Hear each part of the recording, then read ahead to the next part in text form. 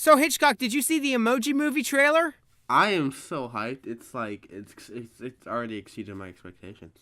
Dude, it's like they took Sony, brilliant company Sony. I went to their headquarters when I was in California a few months ago.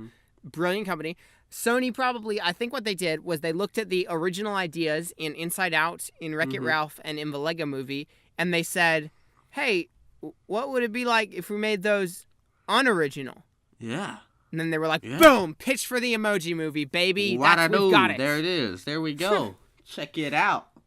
Dude, I don't know if we should continue to meme it because everyone's memeing the Emoji Movie now to where I almost think that Emoji Movie memes could become memes at this point simply because everyone is memeing it. Maybe we should even be the sincere Emoji Movie lovers now, you know? No, it's not gonna happen. Not gonna happen. No way. Oh man. So I've been working on this video for several weeks now. My last video was about 3 weeks ago. I did a review of Fate of the Furious, which was a masterpiece, as we've discussed. Was indeed Passengers and of Beauty and the Beast, and that was my most recent video. That was 3 weeks ago. And so because of school and stuff, I've been super busy and all that. But over those weeks, I've been working very slowly but surely on a long, very extensive review of all 15 movies in the Marvel Cinematic Universe. Accompanied by, there's going to be some little cameos and interjections from some YouTubers you may know, such as like Patrick Willems might be there. Even might, he will be there. And also several others, Say Goodnight Kevin, The Geek Wave, The ATZ Show. Lots of different people that are going to be awesome. Good stuff. So that's going to be lit. It's going to be on the trending page before you know it, ladies and gents. Yeah, man. I'm debating. I was talking to you ahead of time about this. Yeah. It's going to be long. Oh, yeah. The script is my longest script for a video I've ever done. It's 22 pages, Microsoft Word pages, and 12,000 words. Yeah, it's a lot. And I don't know whether I should split it into parts, like Marvel Phase 1, Marvel Phase 2, Marvel Phase 3. Although Phase 3 isn't done yet, so that would bug my OCD. Yeah. Or if I should, do it all as one, hour-long video. And I think that's what I'm leaning towards, just because it'd be cooler, you know? Just get it out ultimate there, video, right? Yeah. Let the people know your thoughts, because we all love them, don't we? Yeah, man. Anyway. What did you do this week? We haven't done an episode in blah, blah, blah, blah. We haven't done an episode in so long. Been there, done that. Insert the speech there. What did you do in the past many months, many moons? In the many months. School. School. We got finals this week. School's almost over for me, or school's pretty much over for me, baby. Yeah, I've just got math left. Almost there. And a project for critical thinking class. Yeah. Nothing much though. I mean, I got my wisdom teeth pulled. Oh frick, yeah. That's why we didn't do an episode recently. Yeah. Oh, it was terrible.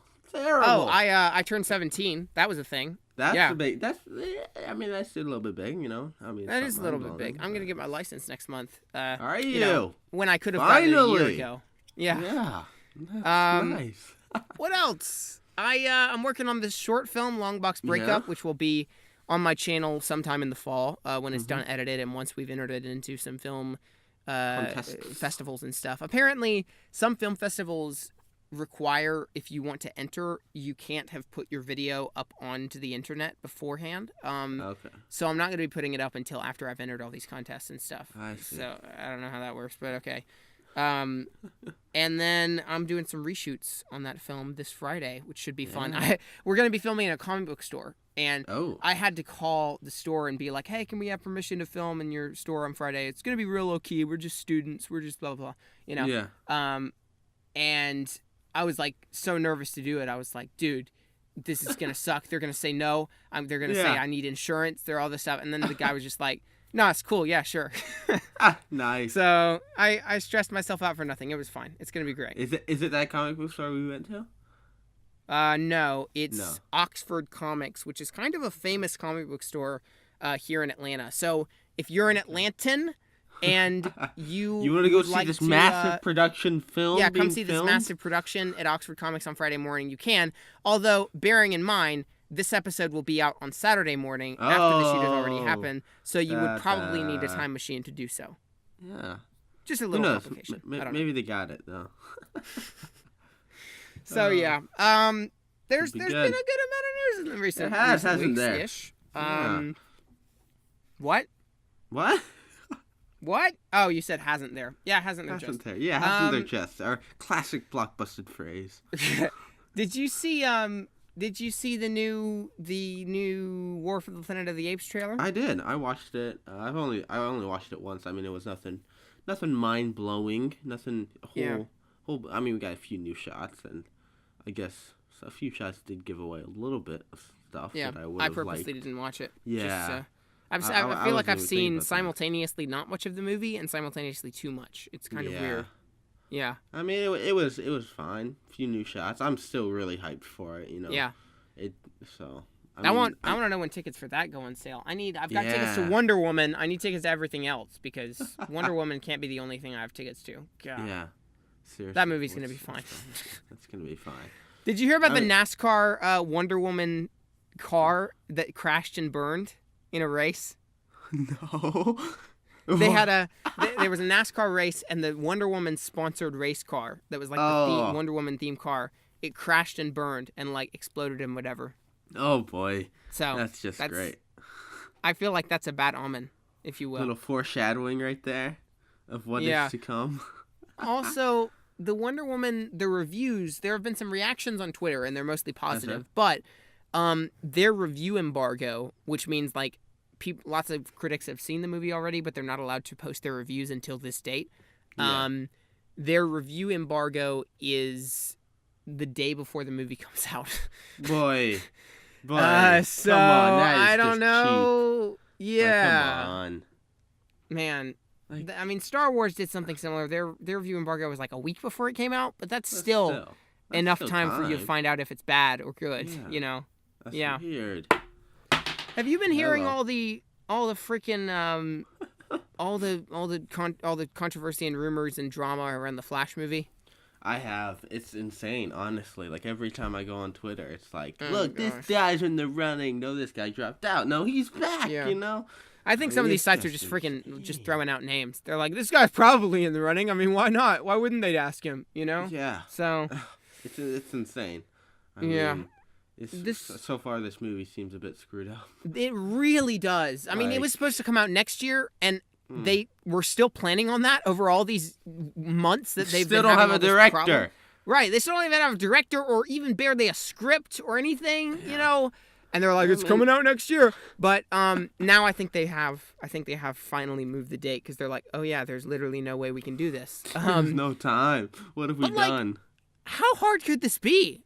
You know, like, I don't understand. What are they doing? What are they forcing the screenwriters to do? Like, are they forcing them to include Justice League stuff or something? I don't know. But, like, what? How hard could it be to make a good Flash movie that a director wants to do, right? Seriously. Jeez. I have no idea. I mean, God, DC, just please. That's like a whole nother episode right there. Right. Remember our freaking our old catchphrase when the show first started. Dang it DC. That was the first episode of the show. Dang it DC was our catchphrase. That was pretty good. Was. And sure enough, it still applies to this day. It still applies. I don't think it's ever gonna stop. Honestly, at this rate. You know, people are also saying that, or I think this is confirmed. I'm pretty sure it's confirmed. Justice League is going through some extensive reshoots now, which is usually normal. You know, like almost all movies have reshoots. Civil War had reshoots, I think. But the fact that they say extensive reshoots, and the article said they're reshoots that are going to like change the entire face of the film, and I'm like, oh no, this is insane. Do they not learn anything from any of the mistakes they've made in the past? They keep Zack Snyder after he makes this horrible movie. They are doing extensive reshoots just like they did with Suicide Squad. Yeah. They can't figure out their Flash movie. No. I don't understand what the problem is. Like, I guess the problem is that they don't have a Kevin Feige, like someone running the ship. It's just boardrooms of people saying, well, I think this is going to sell better. You know, It's just, I don't understand. It's just, I would love to be a fly on the wall in the DC cinematic universe boardroom and just see what the choices being made are and what they come down to, because it's just I don't understand. No, I don't need. I mean, it's a loose chain. It's like what they can't reel it in at all. And it's, right. Like, come on, it's ridiculous. Wonder Woman will probably be fine. Yeah, oftentimes, if I go a while without watching a DC movie or a Marvel movie, any superhero genre movie, right. I'll be like thinking about it, like, DC, I mean, as crap as they are, they do have some okay moments. But then I go back and watch a bunch of Marvel movies and DC movies. I'm like, yeah, never mind. Not at all. Like, come on. Like, compare the two. It's right. Like, I watched, like, Winter Soldier and Civil War this week. And it's like, oh my gosh, there's, like, in those films alone, there's, like, so much character development. There's so much depth, Yeah. And it's just, and then you watch Man of Steel. I'm just like, well, I saw a thing. The thing is, what? Like, in Marvel movies, they're good for what they are. They're not like some sort of like dramatic, and we've said this a million times, but they're not like some sort of dramatic Kubrick-esque masterpiece or whatever. No. No. And when we say like, oh, it's got so much depth and character development and stuff, that's relative, right? Yeah. Like, it's not like Good Will Hunting levels of character development and stuff. No, but it's for a summer blockbuster, yeah, it's pretty exceptional writing. Exactly. Especially in stuff like Civil War. And yeah, and so I saw this review the other day where somebody was saying, oh, it's Weekend Warrior is the channel. He was basically saying, there are movies that change you, and there are movies that, change your entire perception of the world and are so deep and meaningful and change your life, and, they're masterpieces on every level and stuff. And then he goes, Civil War and Batman v Superman aren't those movies. And then he goes, the difference is Civil War knows it, and Batman v Superman thinks it is that movie. Oh, wrecked. That's a great point. That's a great point. And that was really good. That the review Warrior has is really good. Yeah. Yeah. One of them knows they're a dumb summer blockbuster, and the other one's trying to be this artsy masterpiece. Yeah. Right. And I'm gonna get more into this in my Marvel review. Oh, I bloody bet you are. I actually restrained myself. I don't really mention DC except once or twice in the Marvel review, so I'm avoiding pissing people off as much as I can. Yeah. But then you went and filmed this episode, so yeah. So this is the compensation. I'm just compensating for that. Oh, jeez. What else? I thought there was something else I was going to say. We got some more trailers. We got the new Fantastic Transformers today. Oh, what a masterpiece! I didn't even watch it. Like, what even? I've just tuned it out. I've literally tuned out the entire Transformers ad campaign. I'm not even paying any attention. Exactly. Oh, did you see this article? There's a man who's suing his date for texting during Guardians of the Galaxy Volume 2. This is amazing. Okay. Oh boy. It says, okay, I'm just gonna read the entire article. This is on a comic book movie. And James Gunn tweeted out the link and said, "Why stop at suing? She deserves jail time." But so it says, a Texas man recently took a woman who he met online to see Guardians of the Galaxy Volume 2, but their first date quickly became their last due to the fact that she was responsible for what he calls, quote, a first date from hell, due to her checking her phone, quote, 10 to 20 times in 15 minutes to read and send text messages. He reportedly asked her to stop multiple times, only to be met with countless refusals, something she said was because she was texting a friend who had a bust-up with her boyfriend. Quote, I had my phone low and I wasn't bothering anybody. I wasn't like constant texting. Once the date was over, he asked for his money, a whopping $17.31 back, but she refused because he had asked her out on the date. Now he's taking her to court instead with a petition that her actions were in direct violation of the theater's non-texting policy, and because the defendant's behavior is a threat to civilized society. That's a tad extreme, but texting during a movie, I just clicked on an ad. The article. Oh no! Fine. But anyway, that's that. That's great. I love it. Yeah, Texters I would movies, sue my man. They're so annoying.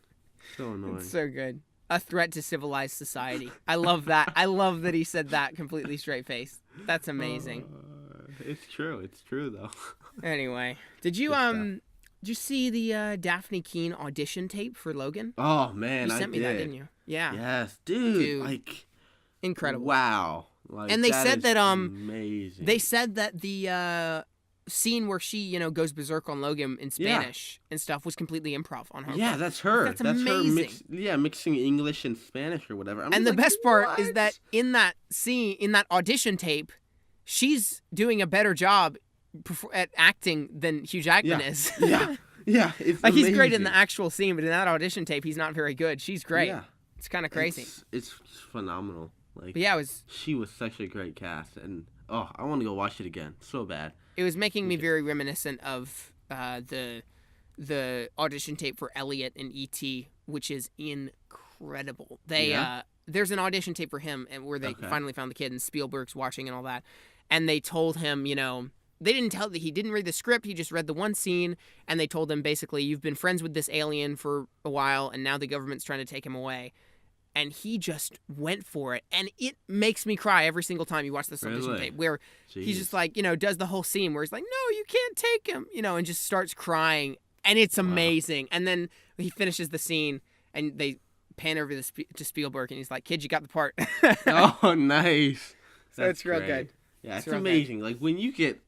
there's some great kid actors out there, right? You know, yeah, like, it's just amazing. There's no excuse. You watch movies like, you know, 9 Lives or whatever with these crappy, horrible kid actors, you know, and it's like there's no excuse. No. Kids can be amazing actors. They really can. And then other people just go, oh, well, it's a kid actor, so, you know, you can't expect much from it. Yeah, you can. You definitely can. Yeah, kids especially can be amazing. When you got compared to like Laura from Logan, and like even Stranger Things. All that cast is amazing. Right? All that cast. Jacob Tremblay from Room is amazing. Yeah. And then the lots dude of from kids in movies. Lion. Oh yeah. Oh my gosh, that kid's so good. As far as we know, at least we don't know about his line delivery. Right. That's what I said. Yeah. He could be a horrible actor, but he speaks in Hindi, so we don't really know. Yeah. Right. But as far as his acting, his outward appearance, his facial expressions are really good.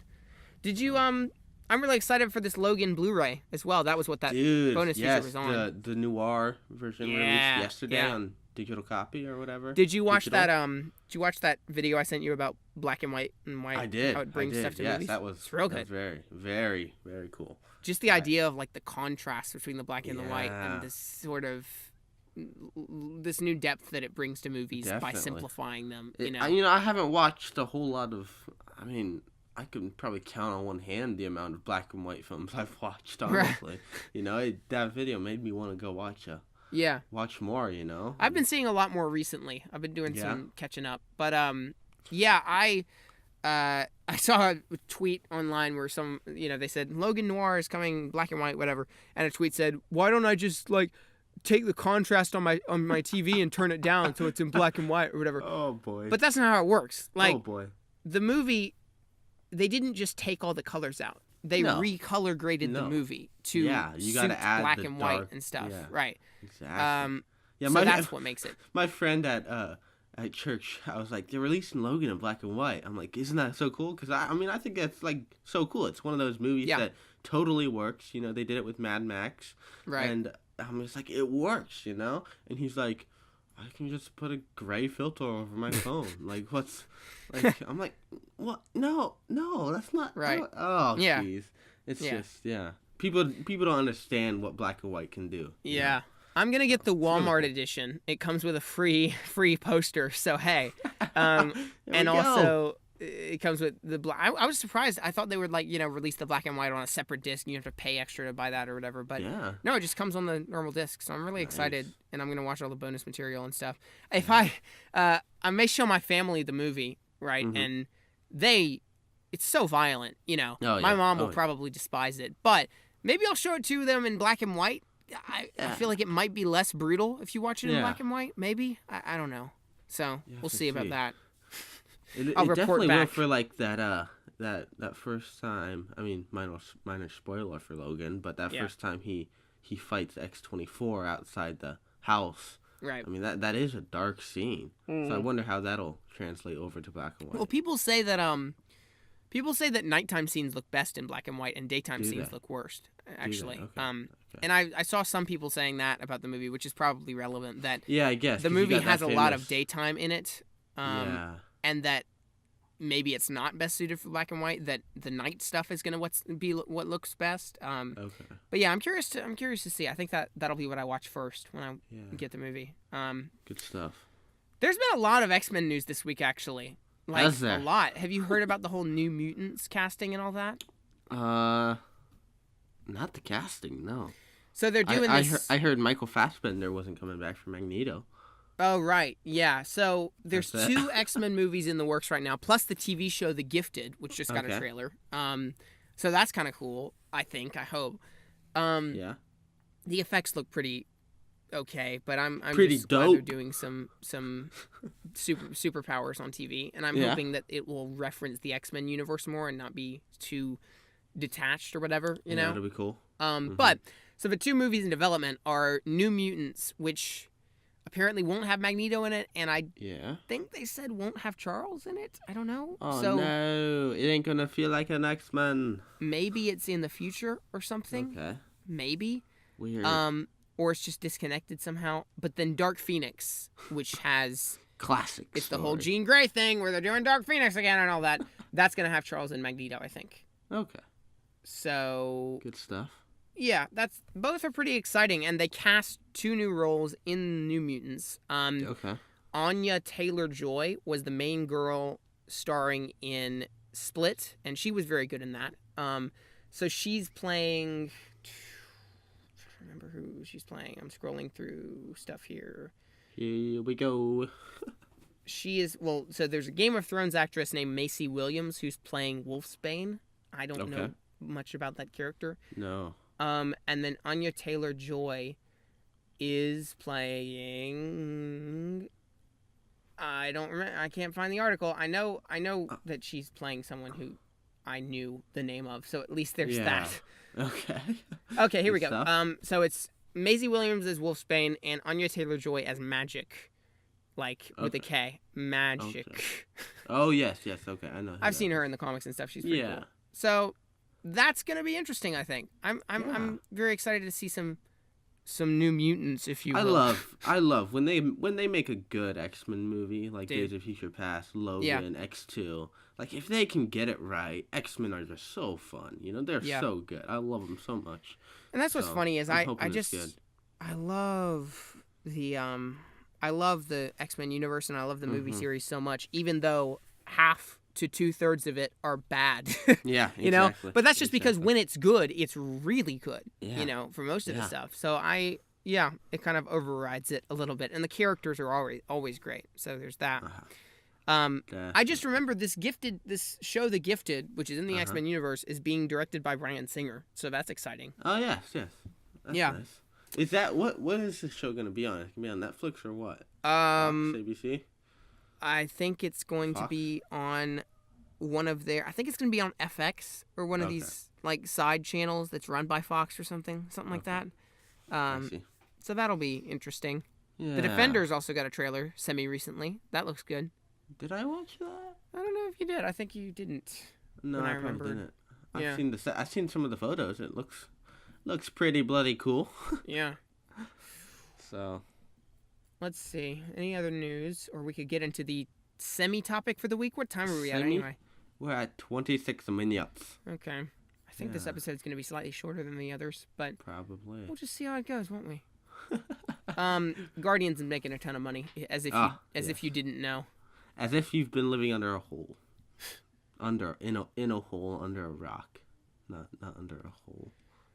All right. Well, I think that's pretty much all the news we have. So there's that. I think so. What are we going to talk about today, Hitchcock? What's the topic you came up with? It's your topic. You take the reins. My topic that I was just sitting here like, what should we do? Yeah. No, we're gonna talk. We're gonna try to give our thoughts on some good movie trilogies that are out there. You know? Yeah. Because when we get a good trilogy, I love a good trilogy. Like classic Star Wars, right. Like Captain America. You got where it's very complete, very wrapped up in a bow, right? Beginning and end, nothing in between, nothing extended before, no prequels, Yeah. So. What are the best trilogies? Why don't we just name a few off real quick, and then we'll use those as the ones that we talk about in our conversations about trilogies. So, We've got Star Wars trilogy, obviously. Which There's two one? trilogies in Star Which Wars. one? Yeah. Right? Yeah. And soon to be 3 trilogies, so that's cool. Star We've Wars, got Dark Knight. Dark Knight trilogy, yeah. Lord of the Rings trilogy. Yeah. Spider-Man trilogy.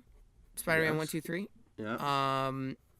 What else? X-Men sort of has a trilogy, sort of. Well, like I think of it as X1, X2, The Last Stand, then First Class, Days of Future Past, and Apocalypse. right, yeah. I guess Right. they do have this sort of double trilogy vibe there. One of Yeah. them, and I think they sell them on Blu-ray that way. They've got the Beginnings trilogy and the original trilogy or Yeah. something like that. So that's fun. Yeah. Yeah. So there's that. What else? There's the Iron Man trilogy, Iron Man, Cap. the Captain America trilogy. Yeah, soon to be the Thor trilogy, I think. Yeah. What else? I'm gonna Google it. As if you can't tell already, we didn't do research for this episode. No, we're just no. swinging it, man. We literally sat down and just like, what should we do? Well, we got the Bourne trilogy. I like to think of the first 3 Bournes as their You own. like to pretend that the last one doesn't exist. The last 2 don't exist. Yeah. Yeah. Although Legacy's okay, I don't really consider that a Bourne movie attached. Right. Yeah, I even forgot that existed. So there you go. Yeah. There's the Toy Story trilogy. Ah, yes. Although that's soon to be broken by Toy Story 4. Freaking. Don't break a good trilogy. Come on. The Godfather trilogy. Yeah, I still haven't seen Godfather. Oh, there's the Back to the Future trilogy, man. I Of love the course. Back to the Future trilogy. Yeah, that's a good There one. is the Pirates of the Caribbean trilogy-ish, except now there's a 4th and 5th movie, so never Yeah. mind. Yeah, that's a... The Hobbit trilogy, I guess. Hobbit, I guess that's classic. a thing. That's all I can think of. That's pretty good choices. I think so. I'm looking at my movies. Yeah. Well, we got the War Jurassic- for the Planet of the Apes. There's soon to be a Planet of Yeah, the we Apes should trilogy. do like a soon to be though. Yeah. Because we So got there's War. soon to be a Guardians of the Galaxy trilogy. Guardians. Soon to be a War for the Planet of the Apes trilogy. Soon to be a Thor trilogy. Thor. New yeah. Star Wars, I guess. You know. Oh yeah, yeah, What else? I know there's more. yeah. The reason that we thought of this as a topic for the episode was because James Gunn announced recently that they are going to be. Basically, there won't be a 4th Guardians of the Galaxy film. Yes. Or in this carnation, at least. He said Yeah. that, like, there might be other Guardians of the Galaxy films with other incarnations of the Guardians. So, like, maybe Sylvester Stallone's Guardians of the Galaxy. Yeah. Which could be amazing. Like- But in this incarnation of the team, this is going to be it. There's going to be 3 movies. It's going to be a complete trilogy. That's going to be that. And that made us both very happy, yeah? I love it. I love it. Like I said before, you got a beginning and an end. You know, it's its own little thing. It Right. looks great on the Blu-ray shelf, having 1, 2, 3. Right. You know. Yeah. So, Yeah. it's real good. There was a thing, basically, what was I going to say? I've just lost my entire train Oh of thought no. here. There was a, video that I did back a few months ago on my channel that I talked about, movies have meaning because of finality, right? So Yes, exactly. movies need to have an end. Movie trilogies, movie series need to have an end Yeah. in order for you to feel satisfied with the entire thing. If they just go on Exactly. forever, it's really unsatisfying.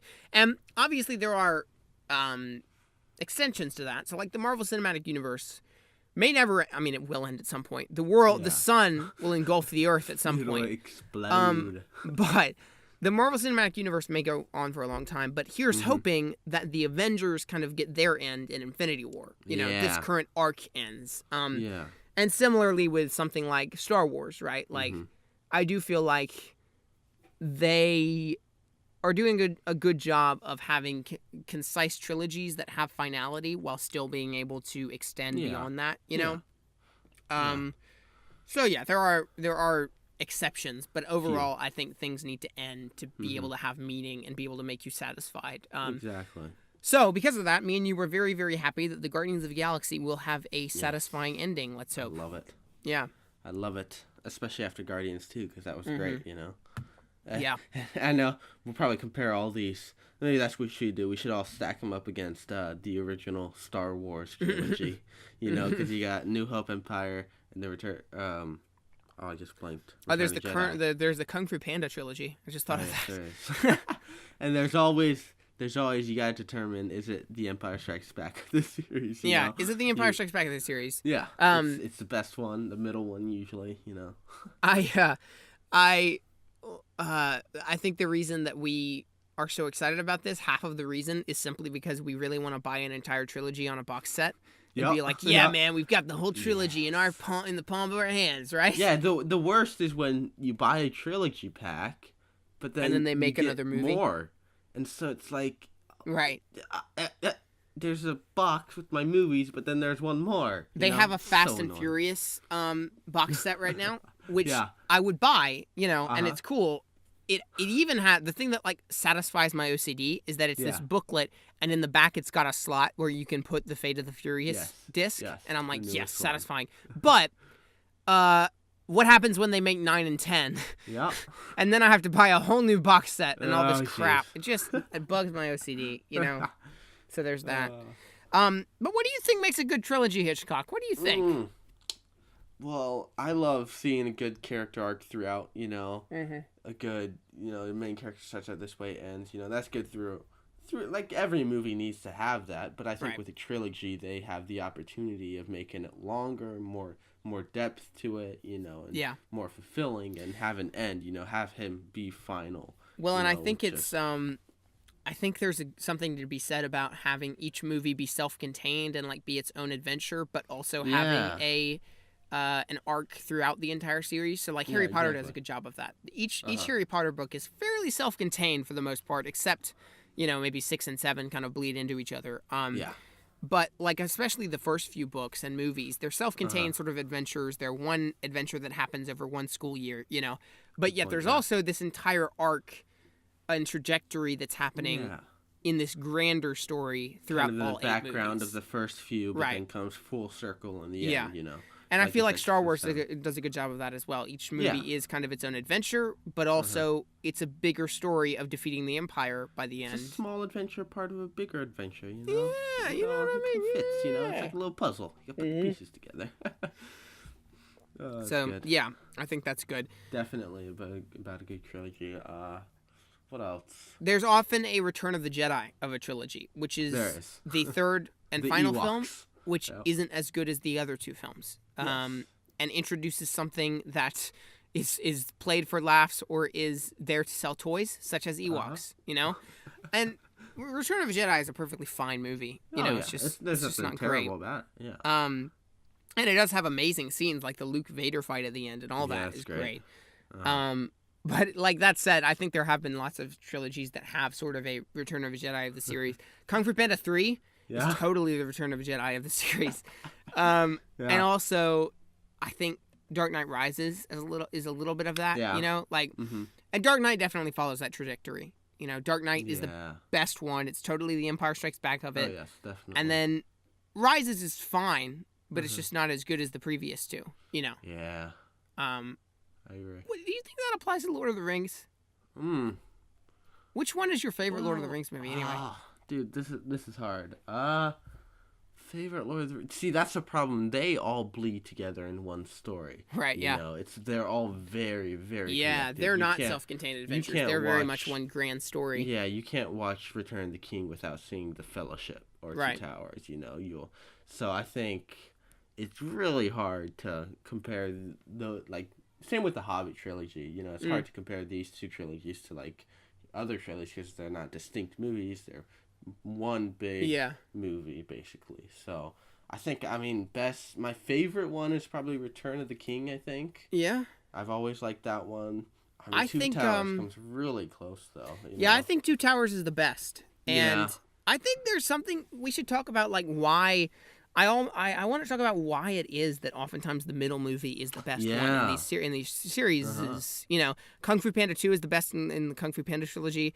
Dark Knight is the best in the Dark Knight trilogy. Empire Strikes Back is the best in the Star Wars trilogy. Captain America Winter Soldier is, definitely the best in that trilogy. Even though those movies aren't really connected much. Yeah. Yes, X2 is definitely the best. Days of Future Past, those 2 separate trilogies. Back to the Future 2 is not the best in that trilogy, but okay. No. There's a few few that I think don't Toy look good, Story but- 2 is probably the best in that trilogy. Yeah. Because Toy Story 3 is good, but it's kind of just a copy of Toy Story 2, actually, if you look at the plot. Okay. What else? Attack of the Clones is the worst in the prequel trilogy. I will say that. Oh, Spider-Man 2 is the best in the Spider-Man trilogy. The original Spidey's. What's I don't know the second Bourne film? Supremacy? Yeah. I don't know. I've always liked the first one better. Thought it was better. Yeah. But I mean, Supremacy isn't bad at all. Yeah. By any stretch, it's still a great film. So why do you think the middle film is always better? Is always the best one? Yeah. You know, so consistently. Know.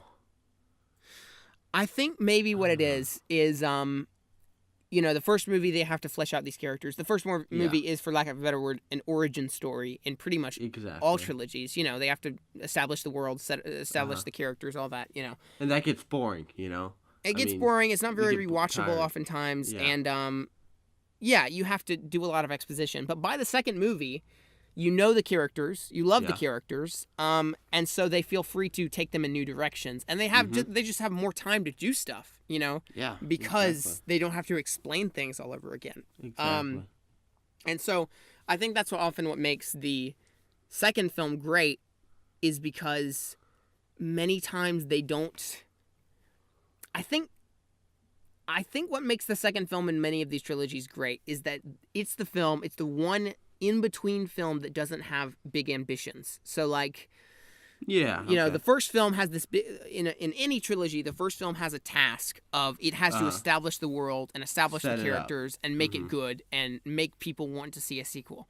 So that's a big task. Good point. The third film always has the task of being the best, biggest, awesome, most epic finale ever, dude. You know, and giving people a perfect send-off to their characters and all this stuff. You know, so it's tasked with that, which often can have a negative effect on it. But the middle film is often the one where they're probably most free to do what they want, you know? Yeah, because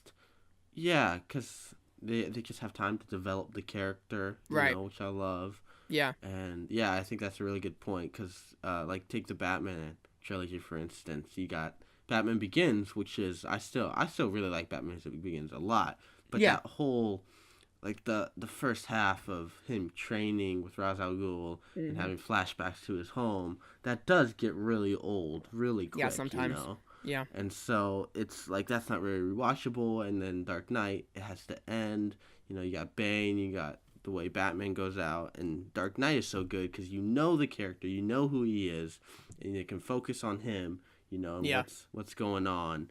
And they don't have to completely wrap it up, you know? They can kind of leave some loose ends hanging that can be tied up in the next one, you know? But also, like, from a narrative perspective, you know, if you look at a movie trilogy like a 3-act structure, right? Like Act 1, Act 2, Act 3. The second movie is obviously Act 2. And Act 1 in any 3-act structure is always dedicated to setting up the universe and setting up the characters and establishing the task at hand, and then usually at the end of Act 1-ish, the characters set out on their task and start the adventure, you know, after some things have happened. Act 2, then, is when they go through most of the trouble and the problems leading up to the very end. So, like, you know, I'm trying to think of a 3-act structure. Guardians of the Galaxy. So, the first act of Guardians is all of them being caught by the Nova Corps, Star-Lord stealing the orb. They get caught by the Nova Corps. They're put into prison.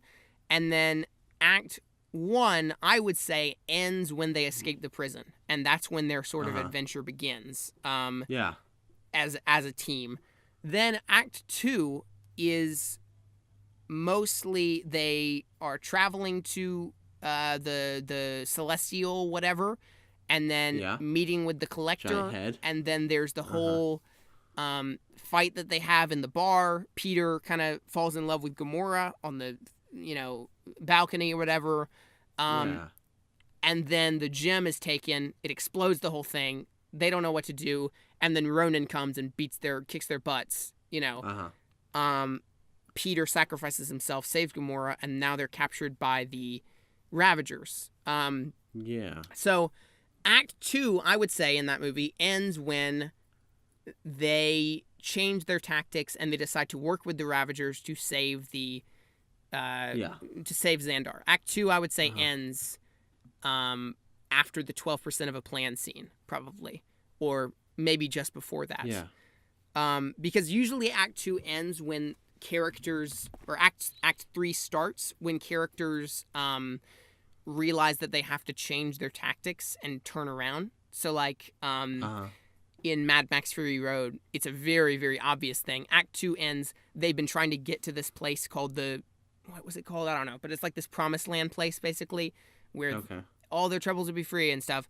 They realize it's not there, and so they decide, okay, we're going to turn around, and we're going to go back and fight the guys at the Citadel, basically. Okay. And that's a very literal thing. Like, Act 2 usually ends with a low moment where the thing that they've been working towards isn't there, or it's been destroyed or something, or they fail, and then they realize, oh, okay, we need to change our approach. We need to change our tactic. Yeah. So that's how it is in Guardians. So, like, Guardians, they've been trying to get the orb to the Collector and make their money, but then the orb explodes the whole place, Ronan gets it, and now, okay, we have to change our tactics and save the world. Good point, yeah. But, so all that to say, that was a very roundabout way of saying Act 2 is generally when they go through the most challenges and face some foes, and most of the drama happens in Act 2. That's when usually the characters are getting to know each other the most and developing and stuff. Yes, and definitely. Oftentimes, like I say, at the end of Act 2, things don't go well for the heroes, and they realize that they have to change their approach for Act 3. So that's how it is, I feel like, in a lot of second movies in a trilogy, especially stuff like Empire Strikes Back, I agree. Yeah. I love how that translates over, Right, yeah. I love how you got, within each movie, you got a 3-act structure, but then you can take a step, like in a trilogy, you got, each movie has its own 3-act structure. Exactly. But then you can take a step back and see the bigger 3-act structure. You know, which is just so cool to see, and that's, I think, part of the reason they appeal so much to so many, It's just that whole arc, which I love, So yeah, I think the second movie is often the best simply because it's got the most drama oftentimes. It's, the characters often have a clear goal, and it's when they're clearly working towards something.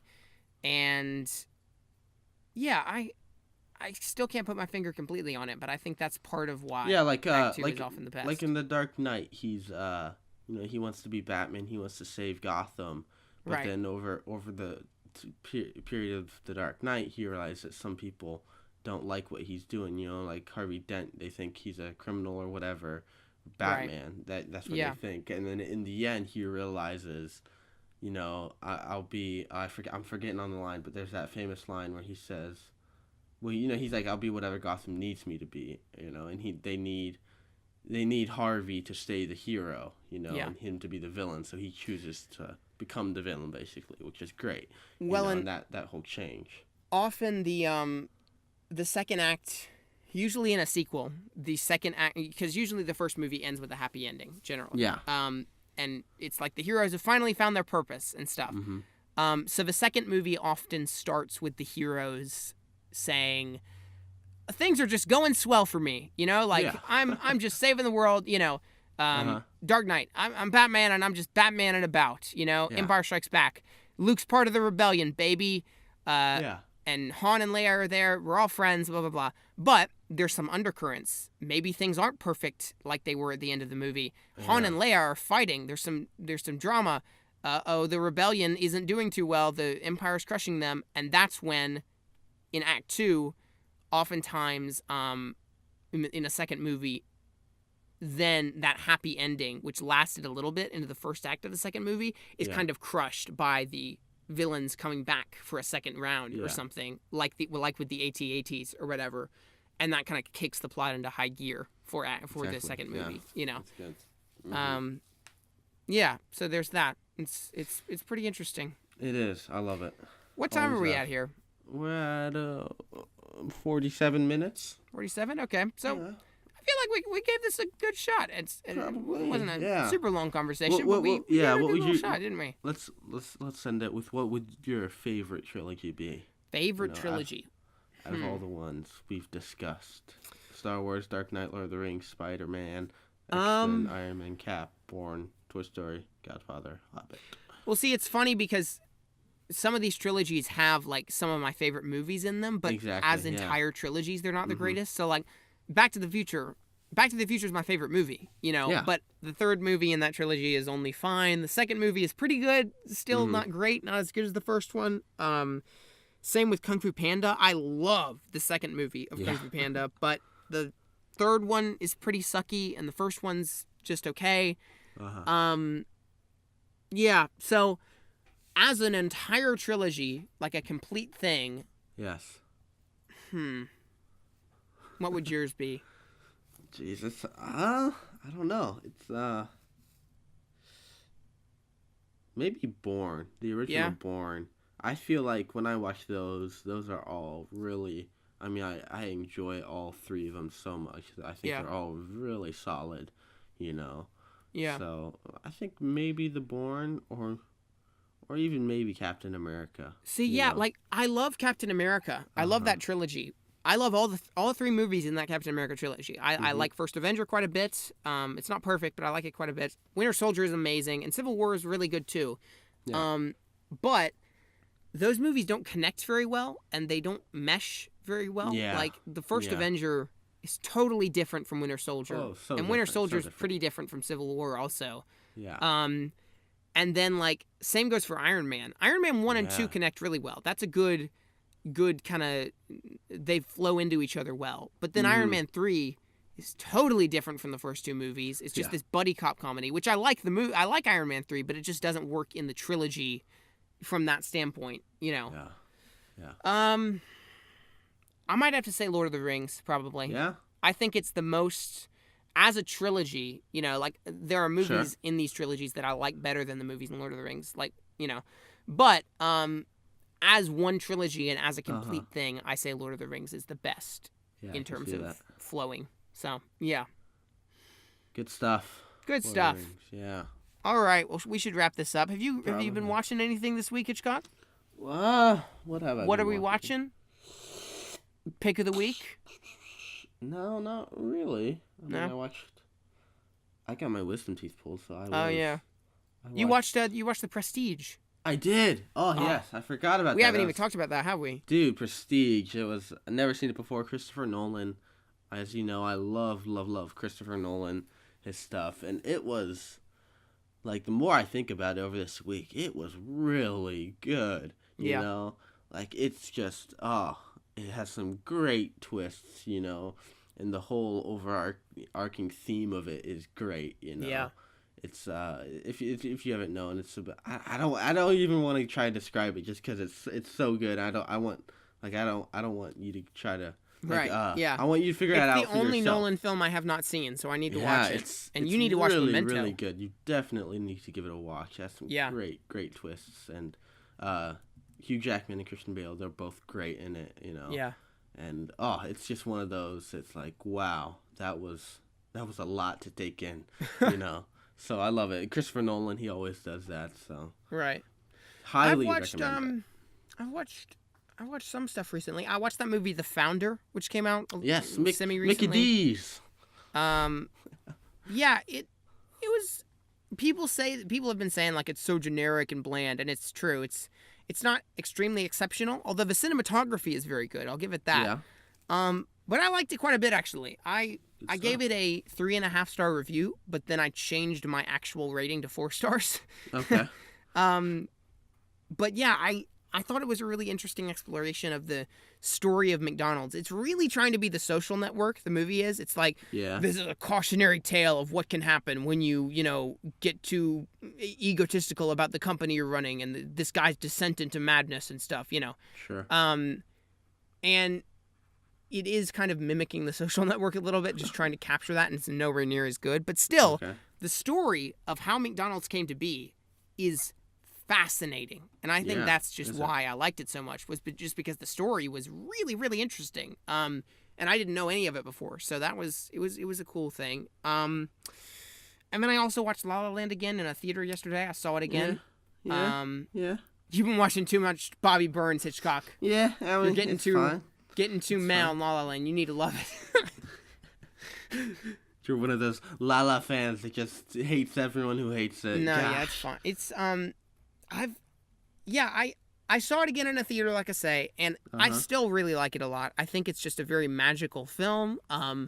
Every time I watch it, I just kind of fall in love with the music and the visuals and all that stuff. So from like a personal experience standpoint, whenever I watch it, I just love it, and I just kind of just fall in love with it. But if I'm a film critic judging it, kind of taking a step backward from a non-personal standpoint, it is flawed for sure. There are lots of flaws. There's the singing issue. There's the all the stuff, all some of the stuff with people point out the scenes are like Another Day of Sun is very like sunny in people's faces, and it's kind of annoying. And then there are like some little minor technical things that really annoy me, like the ADR is really bad in some scenes if you look closely, and there's one shot that oh my gosh, dude. Okay, I think I tweeted this. You saw it. Yeah, I saw it. Okay, in the trailers I recognized this, and then in the movie I looked for it. In the scene where they are on the Warner Brothers lot and they're walking, and talking and stuff. They're walking, and her red bag is on her right arm, I think, or on her left arm. And she turns and he says, "You want to go learn about jazz or whatever?" And he says, "What are you doing right now?" And then we cut to a close up of her, and she says, "Nothing." And when we cut to that close up, every time I saw it, I thought that looks off. That looks like a mirrored shot, right? Where they flip it, they flip the shot like it's in a mirror or something. And this time I was like, okay, she's got a bag on her arm. She's got her red bag on her right arm. I'm gonna look and see what arm it's on when they cut to that close up. And sure enough, when they cut to the close up, it's on her left arm, and which means they mirrored the shot. And I think why they did that is that the shot without the mirroring, her eye line wasn't matching up. So my guess is that they just filmed her close-ups without him standing there, so she was looking in the wrong direction, and they didn't catch that. And so in post, they had to flip the shot to mirror it so that her eyes are looking where he really would be standing. And so really they had no choice but to do that, or else it would have been even weirder, the eye line issue. But still, it's kind of an annoying little thing that I notice every time. So, Bet. It's fine. Moving on. All right. Where can people find us on social media, Hitchcock? I'm at nerd_stream7 on Instagram, Twitter. You changed it back, didn't you? Yeah. I did, because that's how I roll. It'll probably be back to I'm at Blockbusted Pod on Twitter and at Houston Productions 1 on Instagram. Oh my gosh, guess what I just noticed? Okay, this is scary, dude. On Letterboxd, I have seen 666 films. 666. Yo, boy! I need to see another movie, quick! Really quick. This is good. Oh no. Really good. Oh dear. I'm gonna check this right now. Yeah, so I'm at Blockbusted Pod on Twitter. Houston Productions 1 on Instagram, although I don't use Instagram very much. I use the stories, I guess, a little bit. I don't use it so much that I deleted it from my phone. You'll get it back soon enough, Hitchcock. I know you. No, I won't. Oh, boy. Also, we now have a t-shirt store. I don't know if I mentioned this in the last episode, but there is a new t-shirt store on tpublic.com where you can get HP1 t-shirts, mugs, journals, hoodies, onesies for your small infants. Yeah. Everything. And you can get stuff with Drew's face on it, stuff with my face on it, stuff with catchphrases. I just ordered a shirt and got it in the mail the other day. I ordered a What Even Is This shirt for our show. And from other sites that I've gotten shirts from, I'm breathing really heavily in this episode because I've talked so much. But from other websites that I've gotten custom shirts from, like customink.com and stuff, the fabric has been kind of uncomfortable and rough, and they haven't fit perfectly. But this shirt I got in the mail, and I was like, this is great. Like, it's really comfortable, it's really soft, and it fits perfectly. So, I'm not, like, making that up. I was really surprised at how well it turned out and this is not an endorsed advertisement. Yeah. So, there's that. You can go to the link in the bio to check that out. Do it. What are we going to do? I know you all want to be wearing my face on a tank top. In the next few weeks, Hitchcock, are we going to do anything? Do you want to go see Pirates of the Caribbean? I honestly don't. Yeah, I don't either. Will I? Probably not. No. Yeah, me neither. even if I try, I don't think I could. Although I have some Fandango gift cards, so yeah. Okay. I don't know. Do you want to waste one of those on Pirates of the Caribbean though? At the very latest, we'll have a Wonder Woman episode out. Although we'll do an episode before then. So yeah. Yeah. All right. Say your catchphrase, Life's Hitchcock. moving on. Wing it, boy. There you go. It's on a T-shirt now. You can't change it. It is. I can't unsay it. It's imprinted in the world. It's set in stone. What even is this, guys? Heavily applies to this episode. Oh boy. By far. Oh boy. What even is this, guys? We'll see you later. All right. Boy.